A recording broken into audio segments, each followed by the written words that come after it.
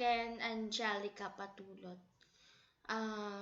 Welcome to another video. So for today's video, I'm going to discuss you the summary of chapter 9, which is entitled Transport Layer. So before we begin this chapter, we need to open first the NetAcad. So for chapter 9,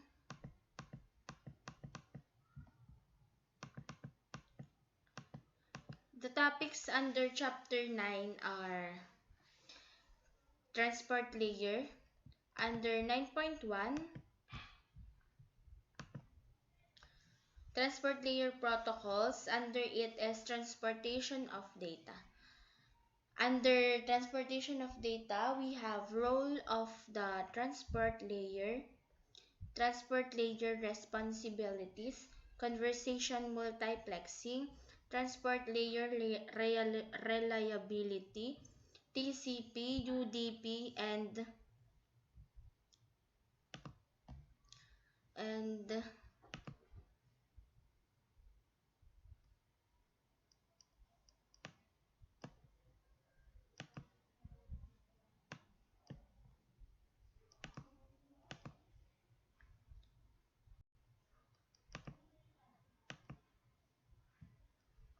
the right transport layer protocol for the right application.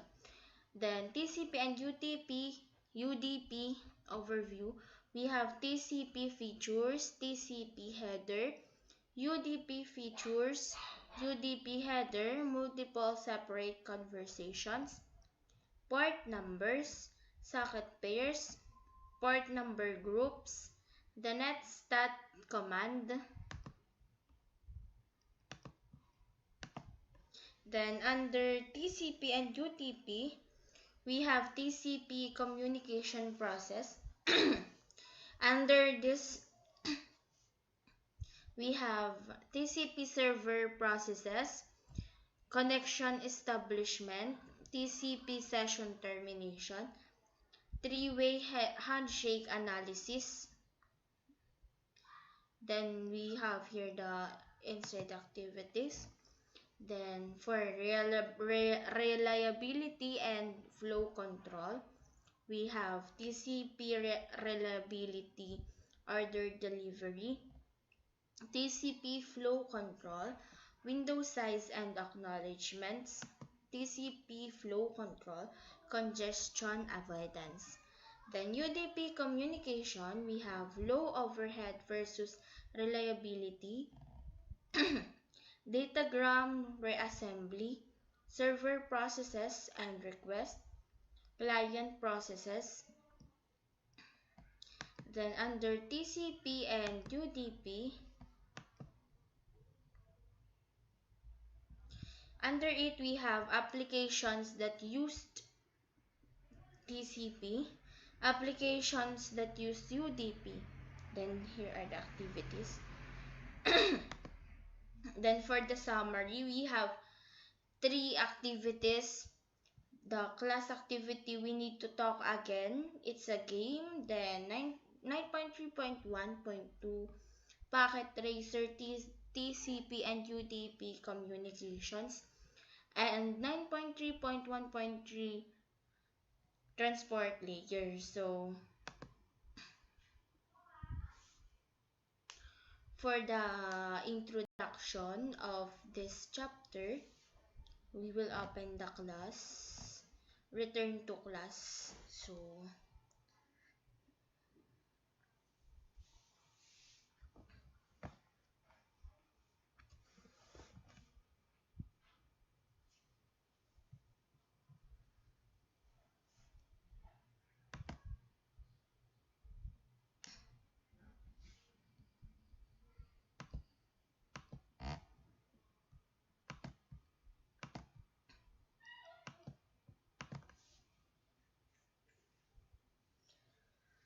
So, data networks and the internet support the human network by supplying reliable communication between people.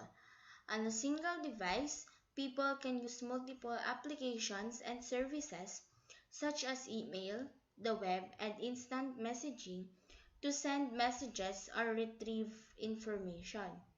Data from each of these applications is packaged, transported, and delivered to the appropriate application on the destination device. The processes described in the Osi Transport Layer accept data from the application layer and prepare it for addressing at the network layer. A source computer communicates with a receiving computer to decide how to break up data into segments, how to make sure none of the segments get lost, and how to verify all the segments arrived. When thinking about the transport layer, think of a shipping department preparing a single order of multiple packages for delivery.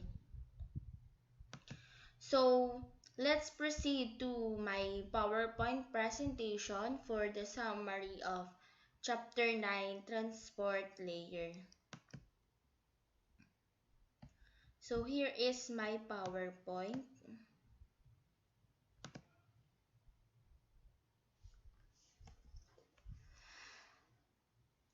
So, Chapter 9 began with an overview of the purpose of Cisco iOS access lists and their role in filtering network traffic.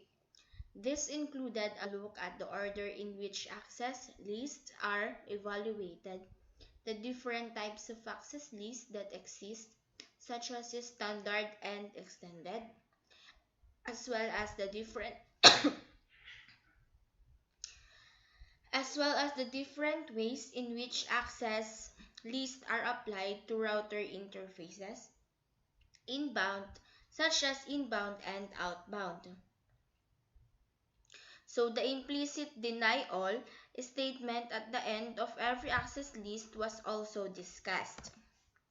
Then, a look at standard IP access lists outlined their ability to filter traffic based on the source IP address of a packet. The access list command was introduced for the purpose of adding entries to an access list, as was the access group command, which is used to standard and extended access list to an interface. A look at wildcard masking explained how groups of computers could be specified within an access list.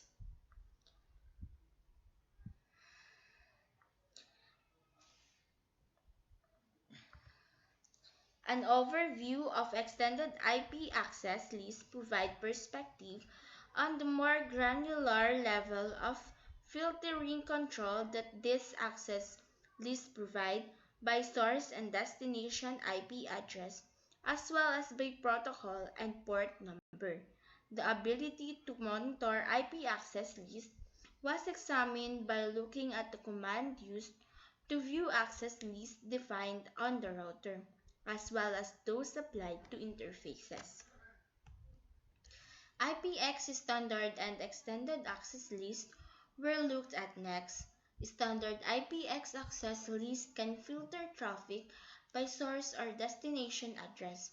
Extended IPX lists provide a finer level of control, allowing traffic to be filtered by protocol and socket number if necessary. An overview of IPX SAP access list showed how SAP traffic could be filtered on a router according to a source address, service type code, and even a server name.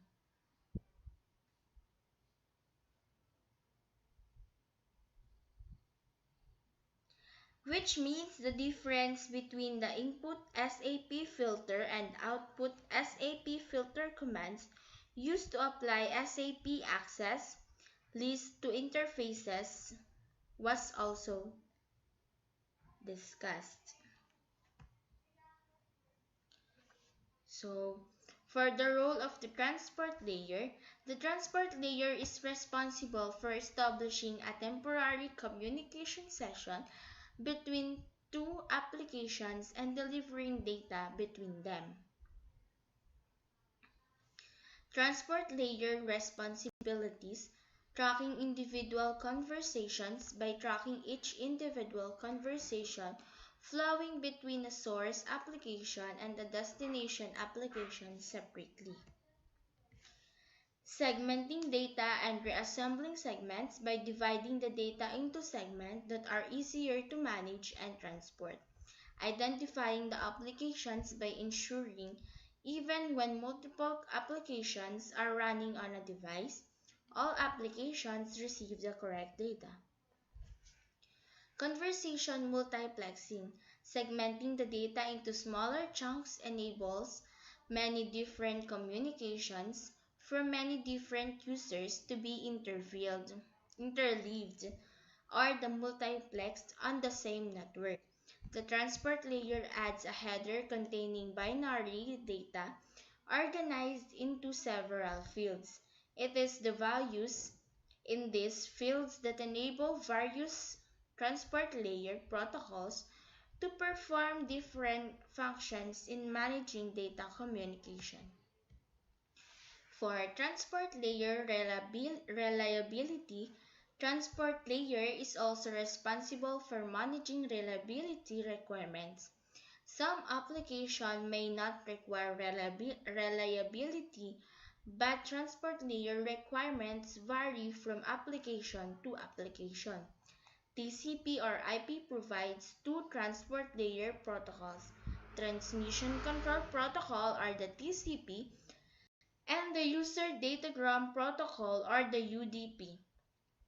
IP uses these transport protocols to enable hosts to communicate and transfer data. TCP is considered a reliable, full-featured transport layer protocol which allows for packet data delivery confirmation. In contrast, UDP is a simpler transport layer protocol that does not provide for reliability. So this is the end of my presentation for chapter 9. I hope you learned something. Thank you for watching and see you on my next video. Bye!